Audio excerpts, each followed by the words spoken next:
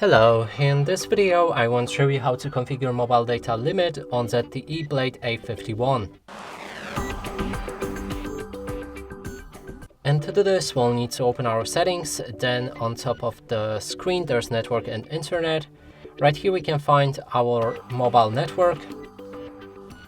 Then scroll down for data warning and limit, and right here you can set data limit.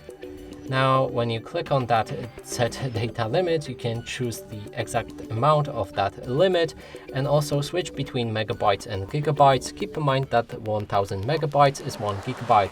So in this case, we're going to go for 5,500 of megabytes.